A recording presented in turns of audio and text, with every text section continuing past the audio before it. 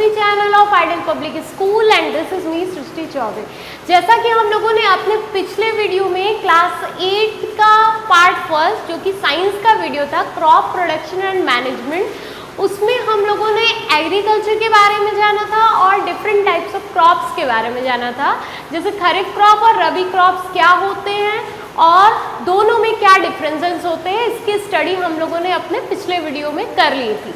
तो अब बढ़ते हैं नेक्स्ट अपने चैप्टर पे, जो कि हमारा है एग्रीकल्चरल प्रैक्टिसेस। एग्रीकल्चरल प्रैक्टिसेस मतलब क्या होता है?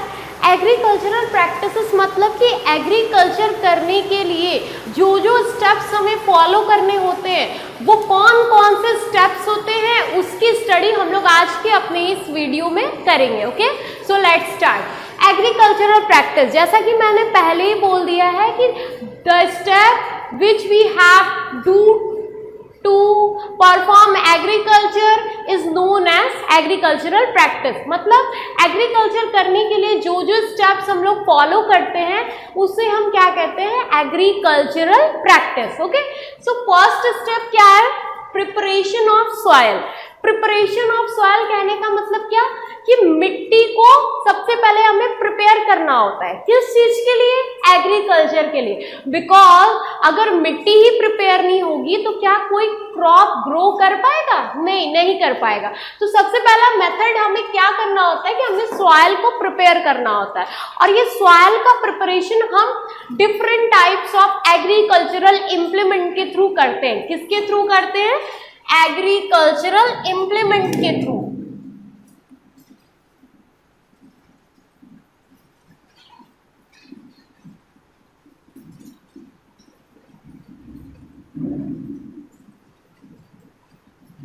एग्रीकल्चर इम्प्लीमेंट्स के थ्रू। अब ये एग्रीकल्चरल इम्प्लीमेंट क्या होता है? एग्रीकल्चरल इम्प्लीमेंट मतलब होते हैं ऐसे टूल्स जिसकी मदद से मिट्टी को प्रिपेयर किया जाता है। जैसे कुछ टूल्स, जैसे मैं यहाँ पर लिखती हूँ,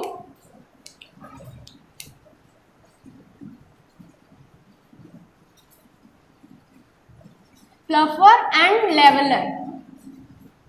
देखिए, सबसे पहला काम क्या होता है कि हम मिट्टी को प्रिपेयर करेंगे। मिट्टी को कैसे प्रिपेयर करेंगे? पहले हम उसे प्लफ करेंगे। प्लफ मतलब जोतेंगे।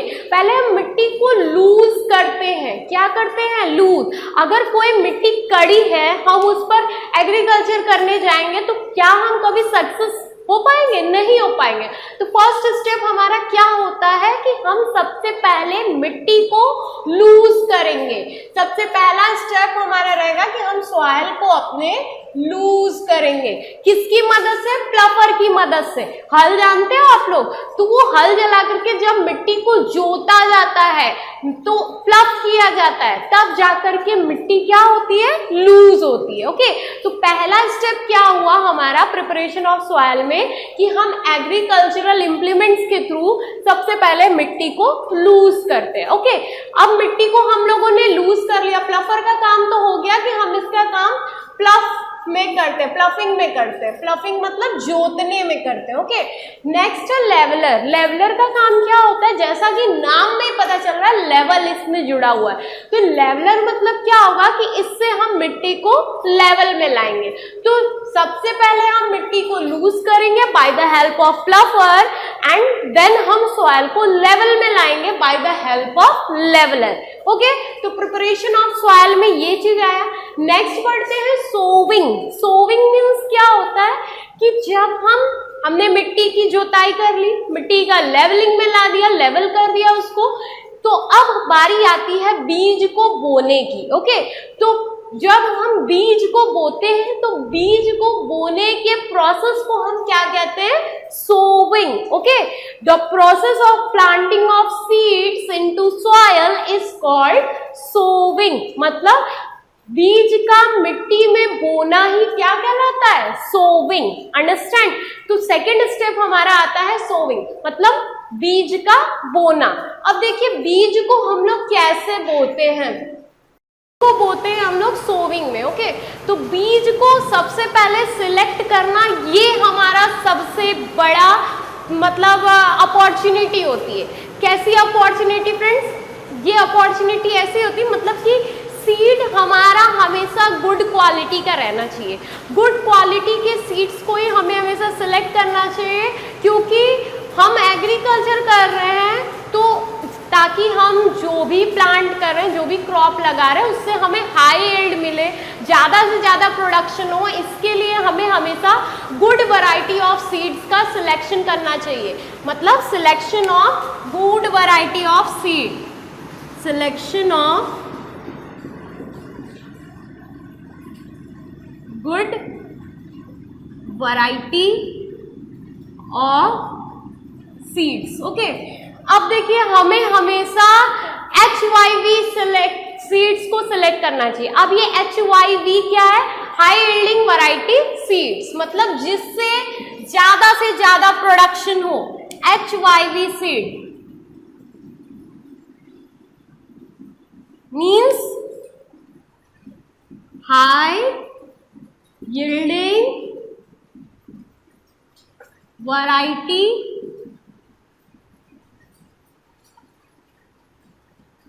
ऑफ सीड्स, मतलब जिससे हमें ज्यादा से ज्यादा प्रोडक्शन होगा, हमें ऐसे सीड्स का सिलेक्शन करना चाहिए, HYV सीड्स का। ओके, अब देखिए बीज को बोने के लिए हम एक टूल का यूज करते हैं जिसे हम कहते हैं सीड ड्रिल्स। क्या कहते हैं?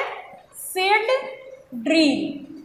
सीड ड्रिल टूल की मदद से हम आसानी से बीज को मिट्टी के अंदर क्या कर सकते हैं? बो सकते हैं। अंडरस्टैंड? तो अब बढ़ते हैं अपने नेक्स्ट थर्ड मेथड की तरफ, जो कि है adding manure and fertiliser. Understand? Adding manure and fertiliser मतलब अभी हम लोगों ने मिट्टी को प्रिपेयर किया, उसमें मिट्टी को हम लोगों ने लूज किया, लेवल में किया। देन नेक्स्ट हमने क्या किया कि सोविंग किया। सोविंग मीन्स बीज को बोया, और बीज को बोने के लिए हमारे पास अपॉर्चुनिटी क्या क्या होती है कि हमें हमेशा गुड वैरायटी के सीड्स को सिलेक्ट करना चाहिए, जिससे कि हमें हमेशा हाई यील्ड मिले, मीन्स प्रोडक्शन ज्यादा से ज्यादा हो। तो अब नेक्स्ट है कि हम अपने फील्ड में हम अपने क्रॉप्स को कैसे मैन्योर और फर्टिलाइजर कैसे प्रोवाइड करेंगे। मैन्योर मीन्स आप सभी जानते हो कि मैन्योर मीन्स होता है खाद। तो मैन्योर आखिर हमें क्यों जरूरत है कि हम अपने क्रॉप्स को मैन्योर प्रोवाइड करें? मैन्योर के थ्रू क्या होता है फ्रेंड्स की जो मिट्टी होती है, जब हम उसमें मैन्योर ऐड करते हैं, मीन्स खाद ऐड करते हैं, तो उससे मिट्टी की फर्टिलिटी पावर क्या हो जाती है? इंक्रीज हो जाती है। फर्टिलिटी पावर मतलब उपजाऊ शक्ति, मतलब किसी भी भोजन, मतलब किसी भी क्रॉप को प्रोड्यूस करने की जो क्षमता होती है सॉइल की, वो थोड़ी सी इंक्रीज हो जाती है। दैट्स वाई हम लोग मैन्योर का यूज करते हैं अपने फील्ड में। अब आखिर ये मैन्योर आखिर बनता कैसे? मैन्योर कैसे बनता है? मैन्योर एक ऑर्गेनिक मैटर है। ऑर्गेनिक मैटर कहने का मतलब क्या कि ये डेड एंड डिकेइंग मैटर से बनाया जाता है। इसमें किसी भी तरह का कोई भी केमिकल यूज नहीं किया जाता है। मतलब देखिए क्या होता है कि डेड एंड डिकेइंग मैटर के थ्रू हम मैन्योर को बनाते हैं। डेड एंड डिकेइंग मैटर के थ्रू, जैसे कोई भी सड़ी गली चीज है, हम उसको एक जगह रख करके उसको डिकम्पोज कराते हैं। डिकम्पोज कराने के बाद हमें क्या मिलता है? मैन्योर मिलता है। फिर उस मैन्योर को जब हम अपने सॉइल में ऐड करते हैं तो सॉइल की फर्टिलिटी पावर क्या होती है? इंक्रीज होती है। अब जैसा कि मैंने बोला कि मैन्योर एक ऑर्गेनिक मैटर है। मैन्योर एक ऑर्गेनिक मैटर है। ऑर्गेनिक मैटर मीन्स इसमें किसी भी तरह का कोई भी केमिकल नहीं होता है। तो क्या ये हमारे सॉइल को कोई नुकसान करेगा? नहीं करेगा। बट अगर हम नजर घुमाएं फर्टिलाइजर की तरफ, तो ये जो फर्टिलाइजर होता है ना फ्रेंड्स, ये इनऑर्गेनिक मैटर होता है। इनऑर्गेनिक कहने का मतलब क्या कि इसमें केमिकल एडेड होता है। फर्टिलाइजर इनऑर्गेनिक होता है बिकॉज इसमें केमिकल प्रेजेंट होता है, इसे केमिकल के थ्रू बनाया जाता है। किससे? फर्टिलाइजर में। मैन्योर को तो हम जनरली घर पर भी बना सकते हैं, बट फर्टिलाइजर को कहाँ बनाया जाता है? इंडस्ट्रीज में। अगर फ्रेंड्स आप लोगों से कोई पूछता है कि what is the difference between manure and fertiliser, तो आप क्या क्या बोल सकते हो? फर्स्ट कि मैन्योर क्या होता है? ऑर्गेनिक होता है, एंड फर्टिलाइजर क्या होता है? इनऑर्गेनिक होता है। Understand? Second point is that कि मैन्योर में केमिकल प्रेजेंट नहीं होता है, ओके, और फर्टिलाइजर में केमिकल प्रेजेंट होता है। Second point. Third point is that कि मैन्योर को हम घर पर बना सकते हैं, बट फर्टिलाइजर कहाँ बनता है? फैक्ट्रीज में बनता है, okay. And fourth point is that कि मैन्योर को हम डेड एंड डिकेइंग मैटर से बनाते हैं, बट फर्टिलाइजर किससे बनता है? केमिकल में। अब देखिए फर्टिलाइजर केमिकल से बनता है, तो इसमें मेनली कौन कौन से एलिमेंट पाए जाते हैं? फर्टिलाइजर में मेनली फ्रेंड्स 3 एलिमेंट्स पाए जाते हैं, that is NPK। Understand? Fertiliser में मेनली 3 एलिमेंट्स पाए जाते हैं, जो कि N फॉर हम जानते हैं क्या होता है? Nitrogen, P for phosphorus and K for potassium. ठीक है, तो फर्टिलाइजर में 3 एलिमेंट्स पाए जाते हैं, NPK, that is nitrogen, phosphorus and potassium. Understand? अब देखिए क्या होता है कि हम मैन्योर जब सॉइल में ऐड करते हैं तो ये हमारे सॉइल का फर्टिलिटी पावर इंक्रीज करती है, ओके। फर्टिलाइजर भी सॉइल के फर्टिलिटी पावर को इंक्रीज करती है ना, बट ये थोड़ा तेजी से करेगा, तेज स्पीड में करेगा, बिकॉज इसमें केमिकल एडेड है। बट पहले तो वो काफी अच्छे से वर्क करेगा, बट अगर हम ज्यादा अमाउंट में फर्टिलाइजर का यूज अपने फील्ड में करेंगे फ्रेंड, तो इससे हमारे क्रॉप्स को बहुत भारी नुकसान भी हो सकता है। तो ये अपोजिट वर्क भी कर सकता है, जहां वो हमारे फील्ड का फर्टिलिटी पावर इंक्रीज कर रहा था, वहीं वो उसको डिस्ट्रॉय भी कर सकता है, because it is chemical added. Understand? तो हमें फर्टिलाइजर का यूज ज्यादा नहीं करना चाहिए, ओके। तो ये था मैन्योर एंड फर्टिलाइजर। अंडरस्टैंड? अब बढ़ते हैं आगे, जो कि है इरिगेशन। इरिगेशन मीन्स क्या होता है? इरिगेशन मीन्स होता है सिंचाई। सिंचाई मतलब क्या होता है? The process of giving water to the crops is called irrigation.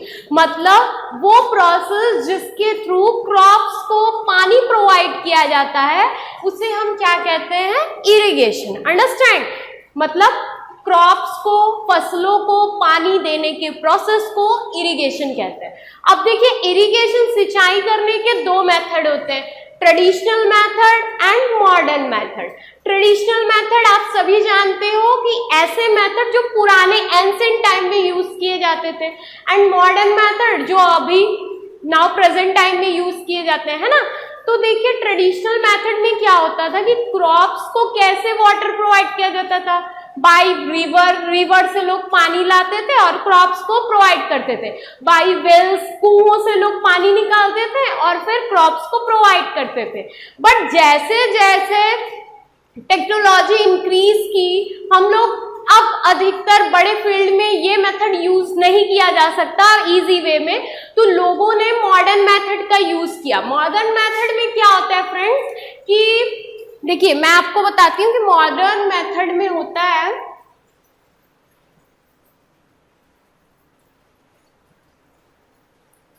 Modern method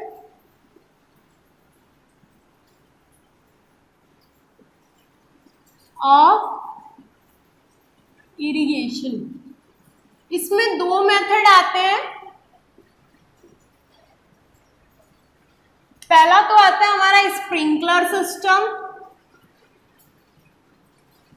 and second आता है drip system. Understand? There are 2 modern method of irrigation. irrigation, that is first is sprinkler system and second is drip system. अब ये sprinkler system क्या होता है? sprinkler system में field में जगह जगह छोटे छोटे फव्वारे टाइप के नल लगाए जाते हैं, जिसको टाइम से चालू करने पर ऐसे पानी का छिड़काव होता है, just like a fountain, understand. तो जब स्प्रिंकल के थ्रू क्रॉप्स को वाटर प्रोवाइड किया जाता है, that is called sprinkler system. अब ड्रिप सिस्टम क्या होता है? इस मेथड में क्या होता है कि जो क्रॉप्स होते हैं उसमें डायरेक्ट क्रॉप्स के रूट में पानी को प्रोवाइड किया, direct, not just like S sprinkler. इसमें पानी का छिड़काव नहीं होता है, इसमें डायरेक्ट क्रॉप्स को डायरेक्ट रूट में पानी को प्रोवाइड किया जाता है, डायरेक्ट क्रॉप्स के रूट में पानी को प्रोवाइड किया जाता है। किसमें? ड्रिप सिस्टम में। ड्रिप सिस्टम का एक प्रॉफिट भी है, वो क्या है कि स्प्रिंकलर सिस्टम में पानी का छिड़काव होता है जस्ट लाइक ए फाउंटेन, तो इसमें पानी का वेस्टेज होने के काफी ज्यादा चांसेस है। बट ड्रिप सिस्टम में क्रॉप्स को डायरेक्ट रूट में पानी प्रोवाइड किया जाता है, सो इसमें पानी के वेस्टेज होने के चांसेस बहुत कम है, अंडरस्टैंड। तो अब आगे बढ़ते हैं, protection from weeds. Protecting from weeds क्या होता है? सबसे पहले हमें ये जानना होगा, वीड्स मतलब होता है अनवांटेड प्लांट्स।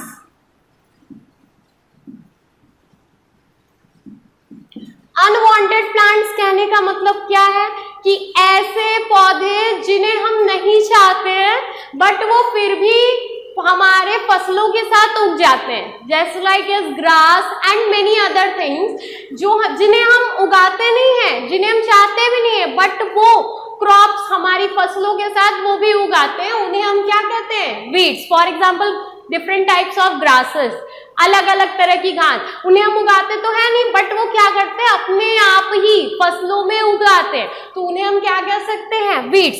तो इससे क्या होता है ना फ्रेंड्स कि जब वीड्स भी फील्ड में ज्यादा हो जाती हैं तो उससे मिट्टी की फर्टिलिटी पावर क्या होने लगती? कम होने लगती है। तो ये हमारे फील्ड्स के लिए कह सकते हो एक बैड पॉइंट है, मतलब कि जब वीड्स भी सॉइल में आ जाएंगी, उग जाएंगी, तो वो भी मिट्टी से न्यूट्रिएंट लेने लगेंगी, तो क्या होने लगता है कि जिसकी वजह से सॉइल की फर्टिलिटी पावर कम होने लगती है। तो छोटा फील्ड है तो लोग अधिकतर फार्मर्स क्या करते हैं, हम लोग क्या कर सकते हैं कि वीड्स को अपने हाथों के थ्रू या फिर सिकल के थ्रू उसे हम काट के निकाल देते हैं। बट बहुत बड़ा फील्ड है, लार्ज फील्ड है, तो हम उसमें हाथ से तो निकालने जाएंगे नहीं, तो उसके लिए वीड्स को हटाने के लिए हम एक मेडिसिन का यूज करते हैं जिसे हम कहते हैं फ्रेंड्स वीडीसाइड। क्या कहते हैं? वीडीसाइड। वीडीसाइड के थ्रू हम अनवांटेड प्लांट्स को हटा सकते हैं। इसका छिड़काव करके क्रॉप में, फसल में, अपनी फील्ड में हम वीड्स को आसानी से हटा सकते हैं। इससे वीड्स हट जाएंगी और वो मिट्टी में मिलकर डीकम्पोज हो जाएंगी, अंडरस्टैंड। तो weeds are unwanted plant and we can remove it by the use of weedicide. Weedicide के थ्रू हम वीड्स को हटा सकते हैं, ओके। और कभी कभी आप लोग देखते होंगे, अच्छा फार्मर का बेस्ट फ्रेंड कौन है? आप लोग जानते हो Who is the best friend of farmer? किसान का बेस्ट फ्रेंड किसे कहते हैं हम लोग? किसान का बेस्ट फ्रेंड हम लोग कहते हैं बच्चों अर्थवॉर्म को। किसको कहते हैं? अर्थवॉर्म को। ये जो अर्थवॉर्म होता है ना, ये मिट्टी में रह करके मिट्टी की फर्टिलिटी पावर को क्या करता है? इंक्रीज करता है। इसलिए हम कह सकते हैं कि earthworm is the best friend of farmer. But कभी कभी क्या होता है कि हमारे फील्ड में अर्थवॉर्म के साथ साथ और भी अनेक इंसेक्ट्स आ जाते हैं जो कि हमारे क्रॉप्स को डिस्ट्रॉय करने लगते हैं। तो उन इंसेक्ट्स, उन पेस्ट को हटाने के लिए हम मेडिसिन का यूज करते हैं। इंसेक्ट एंड पेस्ट, कीड़े मकोड़ों को हटाने के लिए हम दवा का यूज करते हैं जिन्हें हम कहते हैं इंसेक्टिसाइड्स एंड पेस्टिसाइड।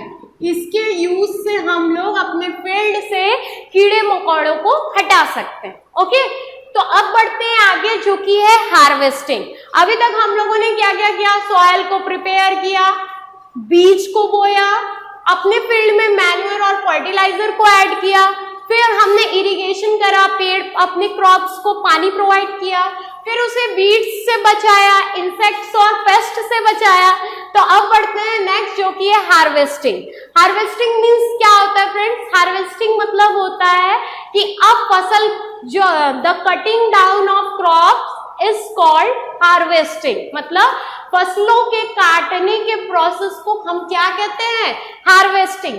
हार्वेस्टिंग करने के लिए भी एक मशीन की यूज किया जाता है जिसे हम कहते हैं क्या? हार्वेस्टर। क्या कहते हैं? हार्वेस्टर। हार्वेस्टर के थ्रू फसलों की कटाई की जाती है। तो मतलब the process of cutting of crops is called harvesting and it can be done by the use of harvester. Harvester के थ्रू हम फसलों की कटाई कर सकते हैं।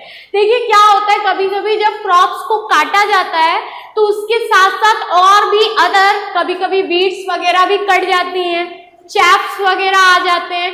तो हमारा नेक्स्ट काम क्या होगा कि हम अपनी फसल से उन वीड्स को, उन ग्रास को, उन चैप्स से अलग करें, है ना। तो हम उसे अलग करते हैं किसके थ्रू? थ्रेशिंग के थ्रू। देखिए ध्यान दीजिए,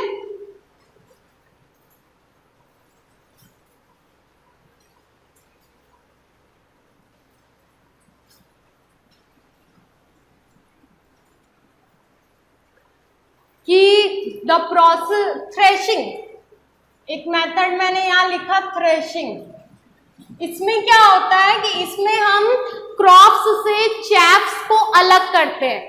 the process of separating of crops from chaps, separating of crops from chaps. हम क्रॉप्स से चैप को अलग करते हैं, मतलब जब कभी कभी फसल काटते समय कुछ अन्य वीड्स भी कट जाती हैं तो उसे अलग करना होता है, तो उसको अलग करने के प्रोसेस को ही हम क्या कहते हैं? थ्रेशिंग। इसको भी हम एक मशीन के थ्रू करते हैं जिसे कहा जाता है थ्रेशर। सुना होगा आप लोगों ने नाम थ्रेशर मशीन का। इसके थ्रू हम लोग क्रॉप्स को चैप से अलग कर सकते हैं। देखिए थ्रेशर मशीन तो सुन लिया, बट क्या होता है कि प्रीवियस टाइम में जब थ्रेशर मशीन नहीं था या फिर कुछ ऐसे फार्मर जो थ्रेशर मशीन अफोर्ड नहीं कर सकते, वो लोग क्या करते थे? वो लोग विनोइंग मेथड का यूज करते हैं। कौन से मेथड का यूज करते हैं? विनोइंग। अब ये विनोइंग क्या होता है? विनोइंग मतलब होता है, जब आप लोगों ने देखा होगा गांव साइड में कि कुछ वुमेन्स हाथ में ऐसे सूप टाइप का लेकर के, कोई कंटेनर सूप टाइप का लेकर के, जिस डायरेक्शन में हवा चलती है उस डायरेक्शन में ग्रेन्स को नीचे की तरफ गिराती है। तो उससे क्या होता है? हवा से सारे चैप्स अलग हो जाते हैं और ग्रेन्स अलग हो जाते हैं। तो जब हम ग्रेन्स को चैप्स से अलग करते हैं bye the help of air, यानी हवा के थ्रू, हवा की मदद से जब हम ग्रेन्स को चैप्स से अलग करते हैं तो उस प्रोसेस को क्या कहते हैं? विनोइंग। अंडरस्टैंड? ओके, तो अब बढ़ते हैं आगे की तरफ। हमने कटाई भी कर ली और ग्रेन्स को चैप्स से अलग भी कर लिया। अब बारी आती है स्टोरेज की। स्टोरेज मतलब कि अब हम उस क्रॉप को कैसे स्टोर करेंगे। सारी चीजें हो गई, अब क्या जो हमने फसल उगाई उसे हम ऐसे तो रख नहीं सकते, बिकॉज सड़ने का खतरा होता है, डिकम्पोज होने, डिके होने का खतरा रहता है। तो हम लोगों को क्या करना चाहिए? उसे ग्रेन्स को ऐसे कंटेनर में स्टोर करना चाहिए। सबसे पहला पॉइंट, जो कि मॉइस्चर फ्री हो, ऐसे कंटेनर में स्टोर करना चाहिए जो कि क्या फ्रेंड्स? मॉइस्चर फ्री हो। मॉइस्चर फ्री मतलब जिसमें बिल्कुल भी नमी ना हो, बिकॉज अगर हम ग्रेन को मॉइस्चर, वाटर थोड़ा बहुत है और उसमें हमने ग्रेन्स को रख दिया तो वो ग्रेन क्या हो जाएगी? सड़ जाएगी। ग्रेन, वो अनाज सड़ जाएगा, तो हमारी पूरी मेहनत खराब हो जाएगी। तो हमेशा स्टोरेज करने के लिए हमें ऐसे कंटेनर का यूज करना चाहिए जो कि मॉइस्चर फ्री हो। अगर हमें लॉन्ग टाइम के लिए किसी ग्रेन को स्टोर करना है तो उसमें हम कुछ दवाइयां भी मिलती हैं जिसमें हम ऐड करके उसे तरह तरह के इंसेक्ट्स वगैरह से प्रोटेक्ट कर सकते हैं ना। आप लोगों ने देखा होगा गांव साइड में अधिकतर कि अगर हमारा जो ग्रेन है, जो फसल है, वो हमने मॉइस्चर फ्री कंटेनर में स्टोर कर लिया तो उसमें कुछ नीम की पत्तियां भी डाल दी जाती हैं साथ में। ऐसा क्यों? बिकॉज जो नीम की पत्ती है वो एंटीबैक्टीरियल होती है, मतलब वो बैक्टीरिया से लड़ती है। तो जब हम नीम की पत्तियों को उस कंटेनर में ऐड कर देते हैं क्रॉप के साथ, तो वो काफी लॉन्ग टाइम तक उसे क्या किए रहते हैं, प्रोटेक्ट किए रहते हैं। अंडरस्टैंड? तो ये आज का पूरा हम लोगों ने एग्रीकल्चरल प्रैक्टिस टॉपिक फिनिश कर लिया है, जिसमें हम लोगों ने जाना कि कौन कौन से मेथड का यूज किया जाता है एग्रीकल्चर करने के लिए, कौन कौन से स्टेप्स फॉलो करने होते हैं हमें। ओके, तो आज के इस वीडियो में इतना ही। आप लोग क्या करोगे, जितने भी टॉपिक्स आज हम लोगों ने पढ़े हैं आप लोग उसको पढ़ोगे। इफ आपको कोई भी प्रॉब्लम होती है, जैसा कि मैं हमेशा कहती हूँ कि आप लोग कमेंट सेक्शन में जाकर के अपने क्वेश्चन को राइट कर सकते हो। You will get your answer 100% definitely, sure की श्योरिटी के साथ मैं बोल सकती हूँ।